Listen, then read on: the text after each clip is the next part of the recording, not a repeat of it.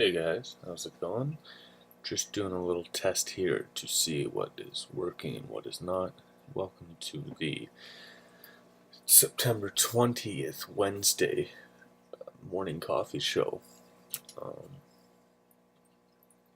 just testing around with OBS software to bring you some video capture of my screen.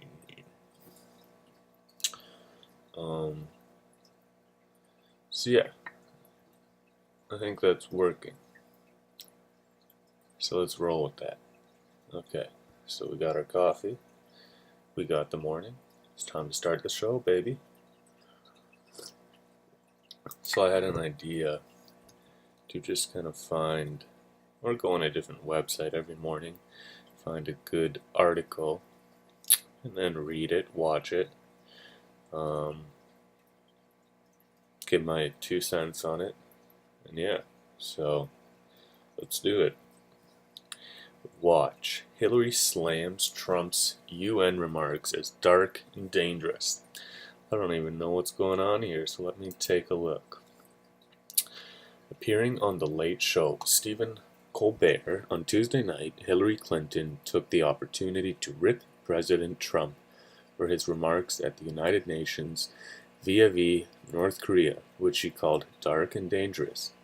Colbert asked, "Did you happen to see the president's speech at the UN today?" Clinton replied, "I saw parts of it, yes." Colbert prompted, "What did you make of it?"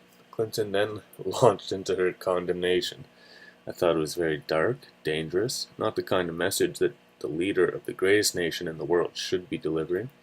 You're both requiring to stand up for the values of what we believe in, democracy and opportunity, as a way to demonstrate clearly that the United States remains the beacon that we want it to be.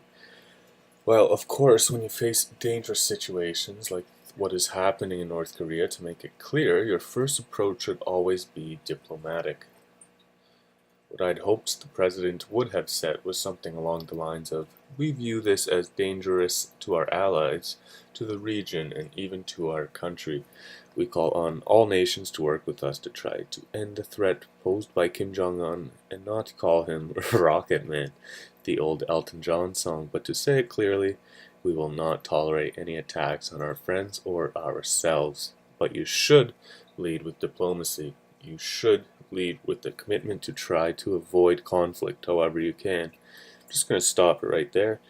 Don't even fully know what they're talking about yet, but I tend to disagree with Hillary on a lot of stuff, but this here I don't entirely disagree with her on. It's typically good to come out of the gates with diplomacy, give it a test, and go from there. So it's still recording. Yep. So yeah, you go from there, right? What was I saying? Oh man, this is bad. Man, these morning coffee shows are something else. Not very good quality, but hopefully they get there. Diplomacy, yeah, it's always good to be diplomatic off the bat. You don't want enemies. You don't want unnecessary hardships or obstacles. I've always lived my life to that. In that mentality that it's good to be diplomatic, to think of others as you act. So yeah, I agree with her there. Not many other things I agree with Hillary on, but I do agree with her there. The Rocket Man thing kind of made me laugh. It is likely that Clinton's attack on Trump and her disparaging of him stemmed from Trump's bellicose rhetoric when he stated in his speech that if North Korea attacked the U.S. or its allies, the U.S. would totally destroy the repressive state, asserting, "The United States has great strength and patience, but if it is forced to defend itself or its allies, we will have no choice but to totally destroy North Korea. Rocket Man is on a suicide mission for himself and for his regime.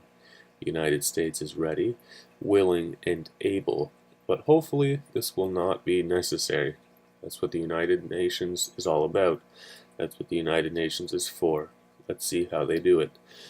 So, yeah, I mean, two different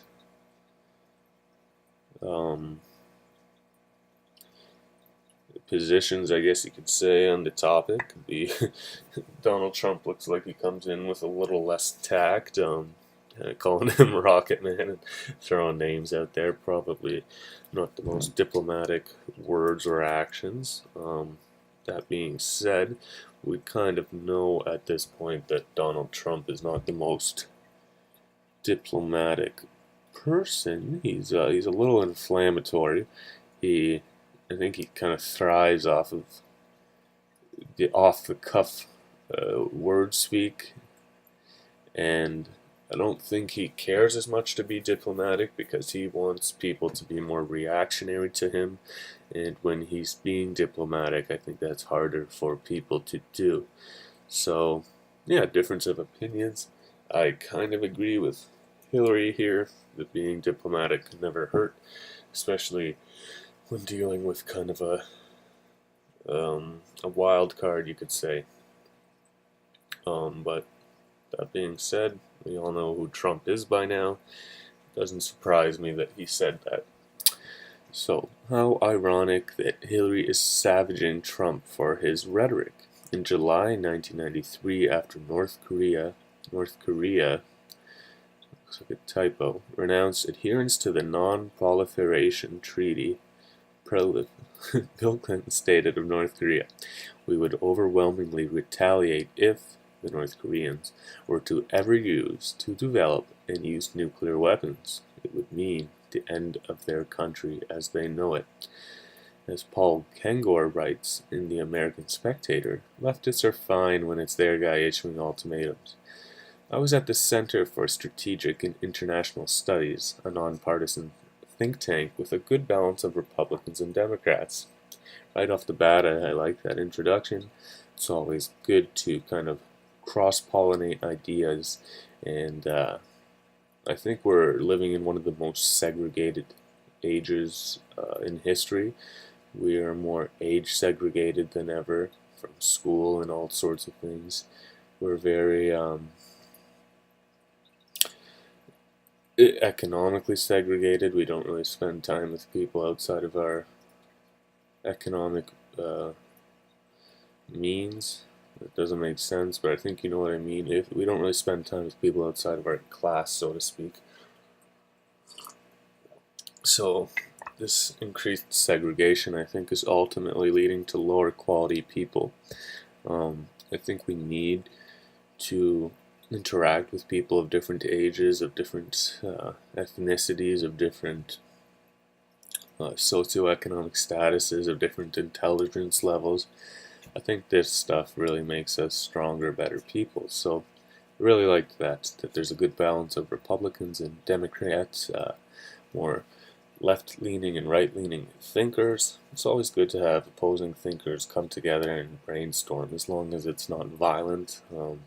I know it probably gets hostile at times, but I think that's good. So, conservatives and liberals, hawks and doves. I'm sure they're calling the. It's funny that if you look at this, depending on whose point of view it is, I'm sure Republicans would think of themselves as the doves and the Democrats as the hawks, and vice versa. Kind of funny. I'd have to look up who Paul Kengor is, see if he is more liberal or conservative. Just to put it out there, I tend to be more conservative leaning. I do have a lot of liberal views on certain things, but especially financially speaking, I'm pretty conservative that way. Yeah, it doesn't really matter. Yeah, my policy area at the CSIS was nuclear proliferation. I had the daunting task of daily tracking all news related to the development of weapons of mass destruction by nations like Iraq and North Korea.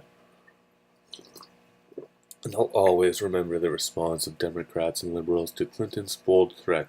to end North Korea. What was their response? They loved it. They pumped their fists, they pounded their chests, they gave high fives, they yelled, "Woot, woot, woot." In addition, Hillary Clinton was Secretary of State while Barack Obama's administration was downplaying and discrediting a Defense Intelligence Agency report that North Korea was capable of constructing miniaturized nuclear weapons that could be used as warheads for missiles. Hypocrisy from Hillary? Why would we expect anything less? It's kind of a long video, so I'm not going to get into that. But interesting little article here by Hank Berrien on dailywire.com about kind of being a hypocrite. At the end of the census, this is the conservative leaning website, so we're going to get that kind of perspective. But what do you think? Did they do a good job of kind of pointing out the irony in what Hillary was saying when her husband was saying pretty much the same thing? Was the party and the supporters acting the same way as they are today, to the same rhetoric? Which raises another great question. How important is rhetoric in today's age? How important is a word choice? Often, honestly, I feel like we're going backwards in that people don't understand free speech and all this speech is violence stuff.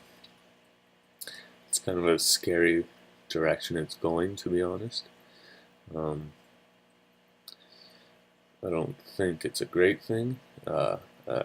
Quite honestly, I think we should have, with exceptions of course, as there are in the law,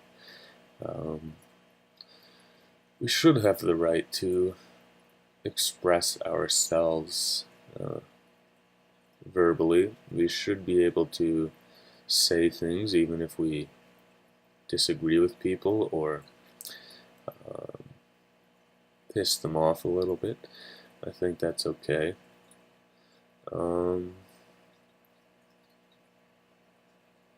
But yeah, I mean, free speech, I think, has been one of the cornerstones of our civilization forever. And it certainly feels like they're closing in on that realm.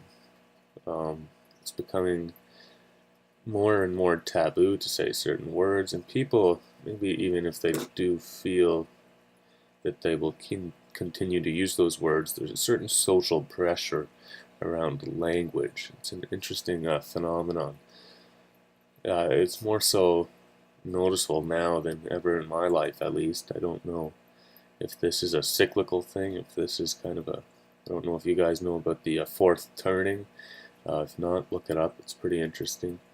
If that's kind of a fourth turning thing, or what. But yeah, that's all today for the Morning Coffee Show. Enjoy your day. Yo.